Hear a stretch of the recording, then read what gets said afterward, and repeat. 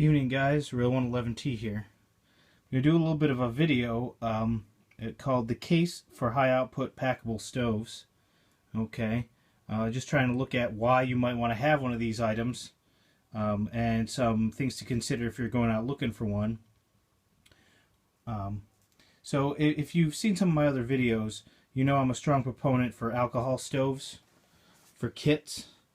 There's a lot of things going for alcohol. There's simplicity, storability. You know, you can make an alcohol stove or buy a Trangia stove and pack it away for years, literally, and you know it'll work when you pull it out. There's not a whole lot to go wrong with it. Okay, you can store them in hot cars and cold cars, you know, and there's a lot going for them. There's things going against them, okay, but by and large, it gives you an option. So why would you want to have a stove at all, including an alcohol stove? Let's talk about that for a second, because this is something that comes up a lot. You know, there's definitely the school of thought that all you need to do is make fire, and if you have the ability to make fire, you know, with anything ranging from a ferro rod or a flint and steel kit, all the way up to and including a road flare and a gas can, you know, you have the ability to make a fire in the wilderness, and basically people will call that good. But you know, there's lots of scenarios where you might be using your bug out bag, and you might be indoors. You might leave your house. You might end up in a shelter, or you might be sheltering in place in your home, and your utilities are shut off. And you know, a wood fire is all well and good, but it really doesn't do you much good if you're using a shelter that you can't make a fire in. Okay, so the ability to make fire is very important, and you should always have that ability. But there's some other considerations that make a stove a good thing to have. For example, you don't have to expend calories gathering wood. Okay, if all you want to do is boil some water up to prepare some food or to disinfect it, you know, you can set up one of these stoves very quickly and boil some water, and you know, building a campfire, you know, even a small one, it takes quite a bit more work, and you have to have enough fuel to heat the amount of water that you want to heat. Okay, and granted, that's all lying around on the ground. Okay, so a stove will give you a certain capability, you know, depending on how much fuel you carry, to do that. Okay, another thing to look at is security. You know, when you light a fire up, you're going to be sending smoke up into the sky. You know, if someone's looking for you that you don't want to find you, it might not be a good thing. Okay. A campfire can be seen from some distance, especially, you know, a larger one. So there's that. It can be smelt for some distance. So there's that. So from a security standpoint, a stove can be better, although possibly not this one. Okay. So a lot of times when people, you know, have a stove in their kit, they'll have an alcohol stove, and there's nothing wrong with that. They're great. For 3-season use, they're fantastic, for all the reasons that I talked about before. So then you have different places to go from there. You know, a lot of times people will switch to a butane stove, which is a stove that's dedicated to a fuel canister such as this. Okay, many times they're the piggyback style where the stove sits just right on top. Those are generally very compact and lightweight. They're fairly simple. There's not a whole lot to go wrong with them. They are generally higher output than the alcohol stoves. There are some issues with them. The fuel can be susceptible to cold temperatures if they're stored in an ambient temperature that's very cold. Okay, a lot of times there's workarounds for that. Sometimes people will store them, you know, in their sleeping bag at night, and then, you know, their body heat keeps them warm, and in the morning they work. You know, there's lots of different tricks and stuff you can do with that. Once you start using them, though, you have evaporative cooling that will be a detriment to that. Some stoves, a lot of the ones on the market, have a system that will allow you to invert the the tank here, and supposedly that'll give you a liquid feed. You can try and rig something up with this. Some of the newer ones actually have like a stand that'll allow you to just flip that over. I don't have a heck of a lot of experience doing that. Obviously it works. A stove that's designed to burn a liquid fuel can burn a liquid butane, basically, very easily. It should theoretically be a better fuel than Coleman fuel is, because it lights very easily. Some of the heavier fuels are harder to get lit. We're going to talk about that in a little while, okay, in terms of like features of a Expedition quality stove. Okay, what we have right here is a Primus Omni fuel. Okay, and I'm going to be lighting it up a little bit later. I've got it hooked up to butane, which I generally don't use butane with a multi-fuel stove. Generally, if I'm backpacking, I'll use Coleman fuel. And in my emergency kits, if I have a stove such as this, I'll have kerosene. Okay, so you got cold weather problems with butane. Okay, storage issues. These tanks are made out of lightweight aluminum. Okay, pretty much every flavor of the butane propane mixed canisters is in an aluminum tank. And the reason that's done is for lightweight. Okay, if you wanted a heavyweight, you could carry one of those little 1 pound propane cylinders. But the actual bottle, the steel bottle, is very robust, but it's very heavy. Okay, and it's a really kind of a single use thing. You know, you use it and you generate garbage, and I mean, it can be recycled. Okay, but the aluminum cans are fairly delicate. You know, you'll see on here, let's see if I can flip it around to, yeah, the warnings. You know, you got explosion hazard and keep away from high heat, extreme danger. Okay. It's not that these fuel canisters don't have their use. They generally will blow an alcohol stove or a tablet stove right out of the water in terms of performance, but that's something to be aware of. And as a result, one of the problems with this is putting it in a car kit that you're going to stow in your car is problematic. In the cold of winter, you might have problems with it not working. In the heat of summer, it becomes extremely dangerous. Okay, for backpacking, you know, both those things are kind of mitigated. You know, it's not going to be in the car for very long, and typically it'll be when you're going to your location or coming home from your location. So it'll basically be in an occupied space. So you're going to regulate the temperature just for your own comfort, and this gets to coexist in that space. Generally, you're not going to be storing this in your car. Okay, the gas canister. So, but these stoves have a variety of different fuel options. That's another feature of them. Okay, so if you go to a butane stove, okay, you might go to one of those more compact options. The quote-unquote Expedition style stoves, such as this, basically tend to be of this more modular design. And this, all the modern examples pretty much are like this. This was something that was originated by MSR. And at the time, that in the late 70s when they were working on this, there weren't Nalgene bottles, but there were these things called SIG bottles. And you've probably seen them if you've been to an outdoor store. And it's basically an aluminum bottle, very, very similar to these ones. Okay, and they made a variant of it that was a fuel bottle. Okay, they're primarily beverage bottles. And the folks at Mountain Safety Research said, you know, a lot of the integral stoves that are a burner and a fuel tank in one unit, they're very heavy, okay, and you can't scale the size of the fuel tank to your Expedition. So if you need more fuel for just a short trip, or if you don't need that much fuel, your fuel tank is one size fits all. So the idea was to make the stove scalable at the same time as making it lightweight. Okay, so the burner assembly was made very lightweight. Use of a fuel line, and the early examples might have had a rigid line on them. For example, the XGK, up until recently, their top tier Expedition stove had a rigid fuel, is basically a brass tube or a steel tube. I'm not sure. I think it was brass. Anyway, it was a rigid tube that went from the burner to the pump assembly. Okay, and all of them pretty much now use sort of a flexible braided steel reinforced rubber hose, basically, which has its advantages and disadvantages. It's definitely easier to pack. It's kind of an Achilles heel of the system because this is a pressurized kind of a hose and it's rubber, and if it's damaged, the whole system is basically not usable. Okay.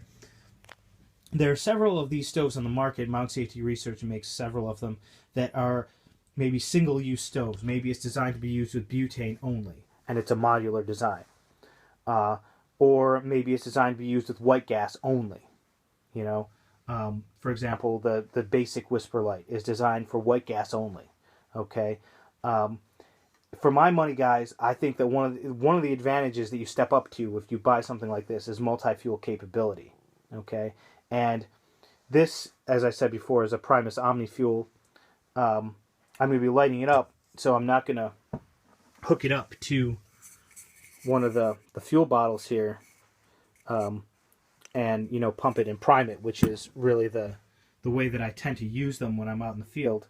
Okay, so for indoors, this is great, and you know what? Indoors might be a use. Okay, for this stove. Okay, it's a little bit pricey for an indoor use. You can go out and buy cheaper options, but this is a good option for an indoor situation. Is to use the butane cans. Okay, and there are a lot of situations where you might have to do that. If your utilities are cut off, especially if you have electric utilities, that you're running an electric stove. When your electric goes out, that's a lot more susceptible to an outage than gas is. But to say that gas is safe from an outage is not correct. Typically, it would have to be an extreme situation, because if you think about it, a lot of homes have appliances that run on natural gas that have pilot lights and thermocouples. Okay, I'm not talking necessarily about your kitchen top stoves. Those, by and large, have switched to electric ignition. But your water heater, a lot of those water heaters have a pilot light. And if you turn off the gas to the house, right, those pilot lights will go out. Okay? And then a very specific procedure has to be followed to relight them. So it's really kind of beholden on the gas companies to keep those lines filled. If you had an outage where gas was interrupted, it'd be a serious big deal.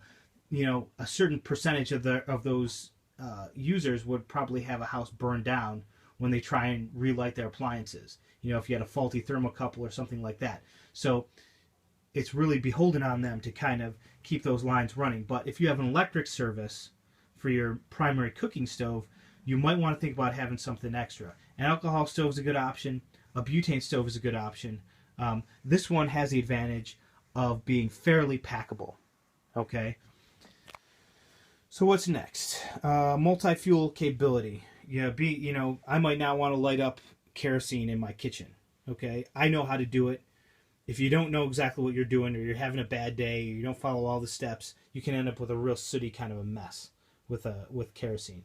But having a stove that you can switch, is good. If I didn't have any more of this stuff left, and all I had was kerosene, then I would be running it on kerosene. If I had kerosene stored. Which brings us to the last weak point I don't think I touched on about the butane, is it's fairly expensive. Okay, for the amount of heat you get, the amount of heat potential per dollar, this is fairly expensive. Okay, kerosene for $20, you can buy 5 gallons of kerosene in my neck of the woods. Okay, and roughly, butane has a higher heat potential than Coleman fuel and kerosene by a little bit, but pretty much petroleum products are interchangeable. They're in a class by themselves compared to alcohol. Alcohol, remember, has less by about half in terms of heat potential per volume. But you're getting, what are we getting here? This is one of the big ones. I think this is an 8-ouncer. Yeah, 250 gram. Yeah. Well, basically, this is fairly expensive. I think you can pay $5 to $7 for one of these. So obviously you're going to get like 3 of these for the price of 5 gallons of kerosene, right? So obviously kerosene is a lot cheaper, and the ability to burn it all, is definitely a plus. Okay, so let's talk about the different expedition stoves. There's different types. I already mentioned that some of them are a single fuel option. I recommend against those. I recommend you get one that's as many as possible.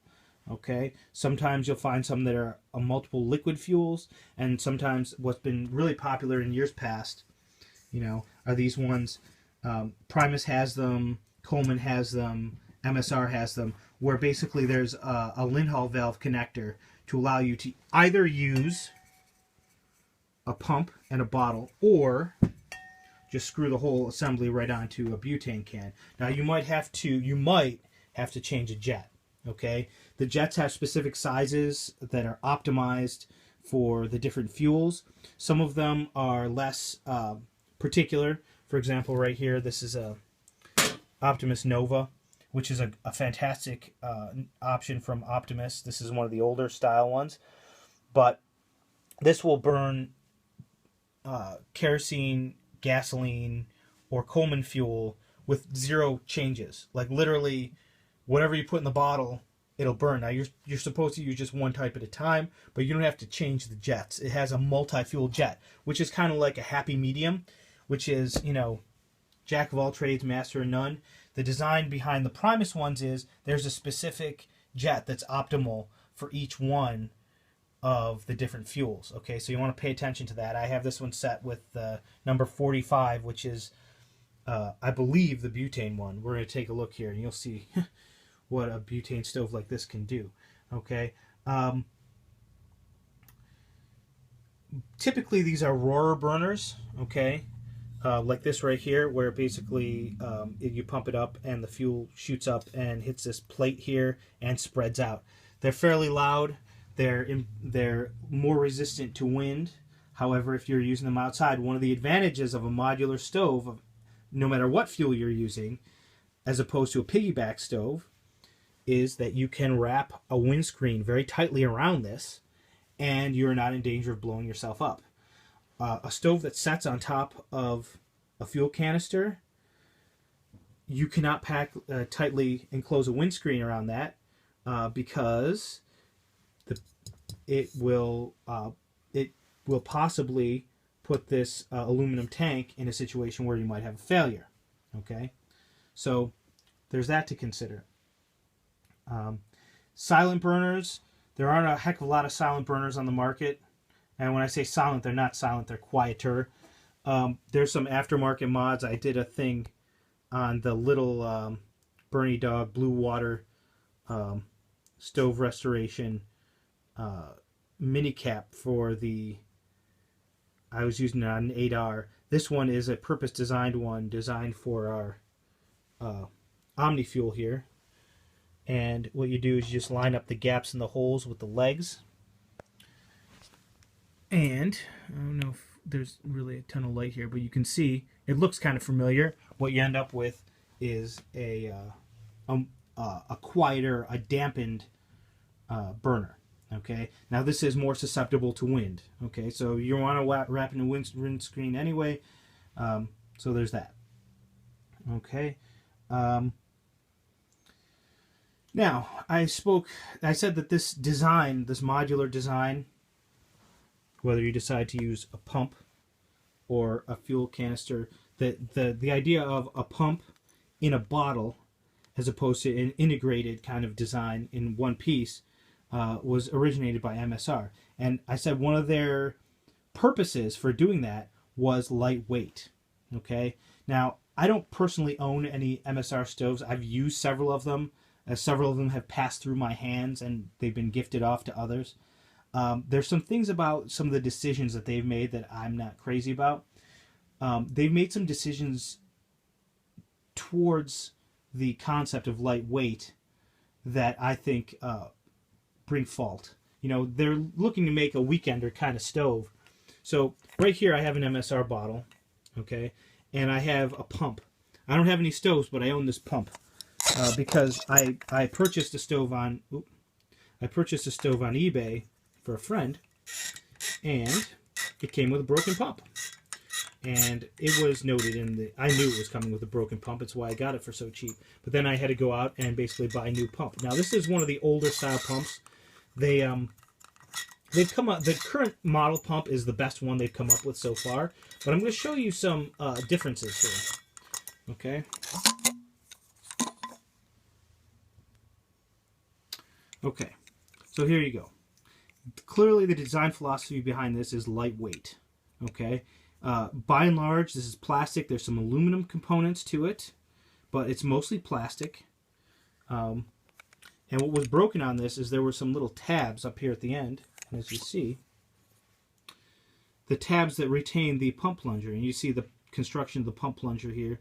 It's just like a cross pattern piece of plastic, probably like an ABS plastic, I'm not sure. You got your leather pump plunger here. Okay. And, you know, it's lightweight, but clearly there are some design issues with it. They've been working on that a lot. The new design one is the most reliable, but they've done some things where they've added some integral O-rings. This O-ring that you see here, there's a little, it's kind of like grayish black O-ring is this little item here that makes the seal in the fuel bottle. If this one fails on this one, I could pull that off and replace it. On the new one, the thing that seals to the fuel bottle is like integral to the body of it. So if that fails or wears out, you have to buy a new pump. So I'm not crazy about that design philosophy, which basically is, you know, it's a consumerist kind of thing, as opposed to bomb-proof reliability. Now, take, by comparison, this right here. This is the Primus Ergo pump. I have several of these with several different model stoves. What I'm going to call Swedish design principles. The Swedes were the ones who really pioneered camp stoves. The pressurized stoves, the Primus stoves, and the Optimus stoves, and many others. They were the ones who kind of came up with a paradigm of a pressure stove, a sootless stove. It originally was designed as a household stove to be used indoors, where you might have had a wick-burning kerosene stove that would get soot all over the place if it wasn't adjusted right.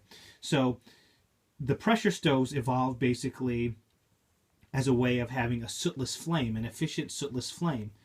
And, you know, they all had metal pump tubes and plungers because this is fairly robust design, right? This is a fairly durable design. Now, the early models of the Ergo pump were all metal, okay? The current version has some plastic here, and you can tell just by feeling it that this is a heavier duty plastic than is used on the MSR pump. I'm not thrilled that there's plastic, and a reason for that is this, okay? The threads can be deformed on plastic fairly easily, and if you have a fire, it's possible this entire thing can get taken out of service. This is your Nova pump right here. And this is, by and large, an all-metal pump. You know, there's some plastic components like this thing here, and there's a plastic tube inside the bottle, okay? But if you had a fire, if there was a leak out here, this quick coupling leaked or something, and there was a fire, probably, if you could manage to get it out in time, this thing would be serviceable, okay? This, if there's a fire, it's shot. This, maybe. Okay, but the point is the wearing parts, the actual pump mechanism on this is metal. Okay, so it's hard wearing, a long wearing, and very reliable. Okay, so that's your Swedish design features. Oh, and the other thing is that the decisions that were made here come at the expense of heavier weight. Okay, it's the same thing when we look at consumer backpacking gear versus military gear. It's the exact same design philosophy. This is a more military design philosophy, and this is a more consumer design philosophy. I'm not saying one is definitely better, you know, because that is going to be lighter weight. And if that's really a concern for you, none of these stoves are really super lightweight. Okay, it's trying to be lighter than, say, a Coleman suitcase. Okay, it's definitely trying. And it's definitely easier to carry this around than, say, a 111 with a big steel case and everything. But it's still heavier than an alcohol stove or an Esbit stove or something like that. Okay? So it's just that little bit of design philosophy difference. Okay? And personally, I favor this. I favor the slightly heavier, but still trying to be lightweight design philosophy. Okay? On some of these stoves, you'll see a piezo ignition. Typically, the ones that are based on your butane canisters will have a piezo ignition where you can press a button back here and light it up over here. Or the piggyback stoves have it a lot. If you're operating cold temperatures with gloves, that's a consideration. However, just like with lighters, piezo ignition fails. and you're always going to be carrying an ignition source, right? You're always going to have a lighter. You're always going to have a ferro rod. Ferro rod will light up one of these stoves easily, okay? So if you're resigned to that anyway, the piezo ignition might be something nice, but it would never be a purchase decision deal breaker for me. If it didn't come with it, none of these have a piezo ignition, okay? Now, this would be the equivalent of, say, in the MSR line, the Dragonfly, in that you've got a valve at your fuel bottle, okay? If this was on here, you imagine you have this valve. This valve works with both liquid and the butane, okay? And this is convenient because it's far away from the burner. If you had gloves on or if the whole thing was enclosed in a windscreen, I like to poke a hole for this to come out. Now, with liquid fuels, having just this here makes very tricky. You try and adjust the flame up or down. This is so far away through this system that kind of decisions you make here are buffered. You know, the pressure will change. With butane, this works just as well as this. Okay, with liquid fuels, you want to have a valve at the burner to give you fine flame adjustment. Okay, there are things that you can do with, say, a whisper light that only has one over here. To get a simmer, like, don't, you know, release the pressure in the tank and then put a small amount of pressure in. You know, you can do that. It's easy to turn it up from there, but you can't really turn it down. Having a valve here is a little bit more bulky and a little bit more mechanically complicated, okay? But it gives you fine control, okay? And the OmniFuel has that. The Nova has that, basically right here, okay? The Nova does not have one over at this end, which is interesting. People have faulted that. The newer models, some of them do.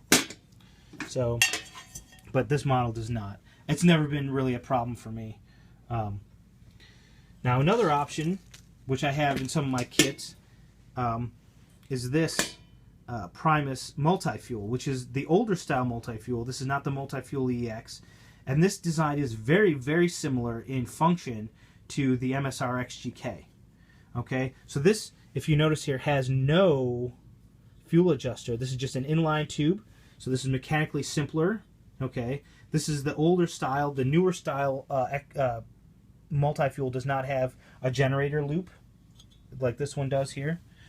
The XGK has this generator loop. With heavy fuels, I like this option better. Okay, I think this is better. And I have the stove set up to burn kerosene right now because that's what I had in my main bug out bag. However, with the change of the jet, you could, you know, just pop it on one of these here. And this is actually, I think, my highest output stove. When this is up and running completely on kerosene, this burner bell glows orange. I've never seen a stove. I've seen them go cherry red. This one is a bright orange, okay? And it's just ridiculous how much heat output you get from this. So why is that important to have a higher output stove? You know, a lot of times when you see advertising for these, you'll see something listed, the 3-minute boil, okay, which is kind of a goofy myth. You can boil a quart of water in 3 minutes. You're never going to do that with an alcohol stove. You're never going to do that with an Esbit stove. Why do you want to do it? Are you just so busy when you're out camping out that you need to have 3 minutes? The answer is no. You don't need to have 3 minutes when you're camping out. But the higher output a stove is, and this OmniFuel has a listed specification of 10,500 BTUs per hour, which is a lot. Okay, I don't know what the alcohol stoves are, but this is a madman in terms of heat output. The higher output the stove is, okay, the worse conditions it will operate in. The worst conditions, you know, because if you're in a challenging environment where there's wind or it's extremely cold, you have to keep in mind that by either convection or conduction or radiation, your stove and your cooking vessel is losing heat to the environment at a certain speed, in any environment. But in those extremely trying conditions, the whole assembly is losing heat to the environment at a quicker rate, okay? And if your stove can't keep up with it, like an Esbit stove, you'll never actually get to a boil because the heat will dissipate, okay? Now, I'm not saying that alcohol stoves or Esbit stoves have no place. An alcohol stove definitely should be optimal with a windscreen that's really protecting the flame, okay? But there are conceivable situations where that will not work very well. Really challenging situations. So the question is, do you want to always be prepared for those situations at any cost? In which case, yes, put these in all your kits. Now, cost. This is retails about $150. You go online, look around, $150 for this stove. Okay, I kind of nerded out. This is another $60. So this is a fairly pricey combination right here. All right, the Nova, same deal. Basically, these all seem to have settled down into like the $150 price range. You can get the simpler designs like this for less money. I got several of these for both my kit and my wife's main bug out bags. I got these Sierra Trading Posts. That's the other thing. Watch in the off season, $50. Okay, for this. That is a lot of stove for $50. Okay, but let's say you don't want to spend that much money. So that's an argument for using the simpler stoves. Okay, like an alcohol stove, because it's really easy to stow that away. Now, this is not normal behavior right here.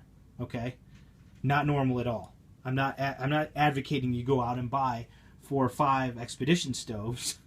All right, this is just my hobby. Okay, so I'm sharing this with you. Okay. All right. Now, what are disadvantages of these? Obviously, the exact opposite of the alcohol stoves. These are mechanically complex. Okay. There's things that can go wrong with the pump. There's things that can go wrong with the fuel line. There's things that the jet can get clogged up. Okay. The Nova has a known issue. Inside this little coupling right here, there's a little fuel filter. It's a little ceramic disc that the fuel has to force its way through to get in here. And sometimes, if you're using dirty fuel, it can get clogged up. When it gets clogged up, the stove doesn't work right. It's like an Achilles heel. And it's important to have knowledge. Knowledge weighs nothing. That you just open that little nut here and pull that little item out, and usually the stove will work right, unless something gets in there and clogs the whole guts up, and then you're in trouble. Okay. So mechanical complexity, susceptibility to failure. So, you know, how do we combat this as preppers? You know, like I said, I have one, my wife has one. If we're not separated, then we got 2 of them. And what do we know? What is the saying? 2 is 1 and 1 is none. Okay. So this is running a little bit long, and I want to get to actually lighting something up here. So in going with that philosophy, 2 is 1 and 1 is none. Okay, we got this Bernie dog cap, and we want to see how much quieter it is. Well, I happen to have right here another Primus OmniFuel. Let me spin this around. All right, so now what I'm going to do is I'm going to light these up. And hang on a second with me, guys. I'm going to put this on a tripod so I can use both hands. Alright, so I moved the actual fuel bottles that have fuel in them to a safe distance. I've got my cookie tin here, insulating my table. So what we're going to do is first thing you do is you make sure that, this isn't a how-to video for these stoves, there's lots of them out there, but I just made sure that those valves are both closed. Okay, now I'm opening both of these 2 valves, and I'm going to get my lighter here. I'll light this one up first. Okay, do my lighter out. We'll light this one up. Okay, so those are just ticking over now. Let's see what this one does on full blast.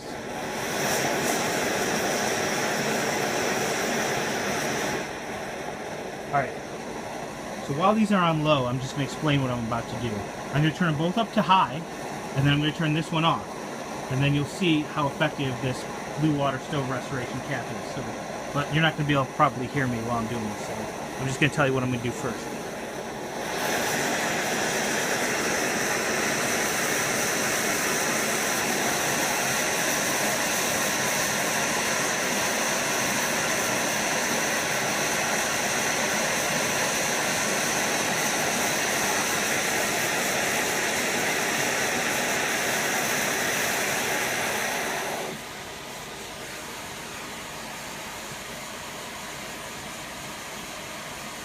So it's definitely quieter.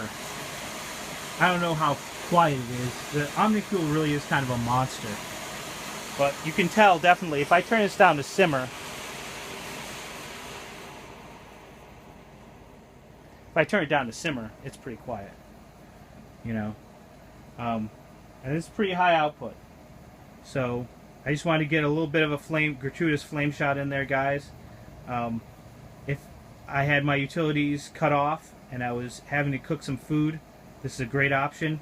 And it's small enough and packable enough that I could throw one in a bag and take it somewhere. If I'm out backpacking, you know, I touched a little bit on the scalability. I mean, one of the great things about the MSR concept is that you could carry different size fuel bottles for different scenarios. You know, typically my big bug out bagger in my car, I might keep 2 quarts of kerosene. And, you know, it's a decent amount of fuel. You know, it would definitely last you a couple weeks with miserly use. Maybe 3 weeks or even a month, maybe, if you were real careful with it. If you're boiling a lot of water or disinfecting a lot of water, it would obviously be used for less.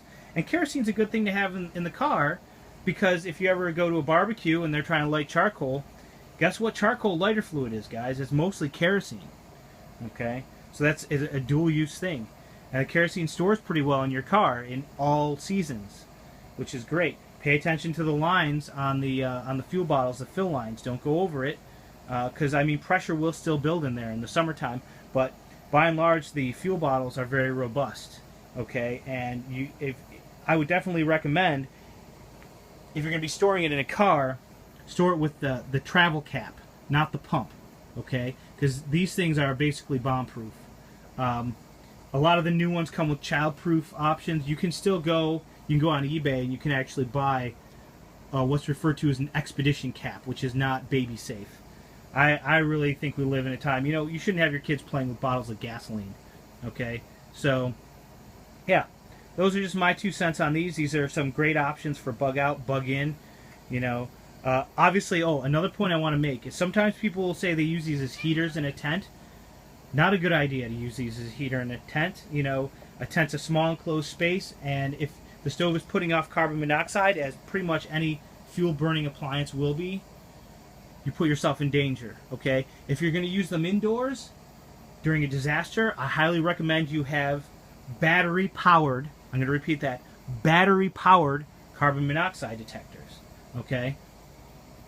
Because that really is your safety mechanism there. Make sure it's working. Before you pull anything like this out to start using it indoors, make sure that's working, okay? I generally don't recommend using Coleman fuel indoors. An advantage of alcohol indoors, I will say, is that water will put it out, but you can use a petroleum stove indoors if you take some sensible precautions, like have a fire extinguisher handy, make sure the stove is in good working order, have materials to repair the stove. Don't attempt to use a stove that you know is somehow functionally defective, okay? If it's broken, if it's leaking fuel, don't try and light it. It's as simple as that. Try something else, okay? So, alright guys, this video's gotten a lot longer than I thought it was going to be, okay? Let's, I don't know, let's light them both up again, just to kind of sign us off here.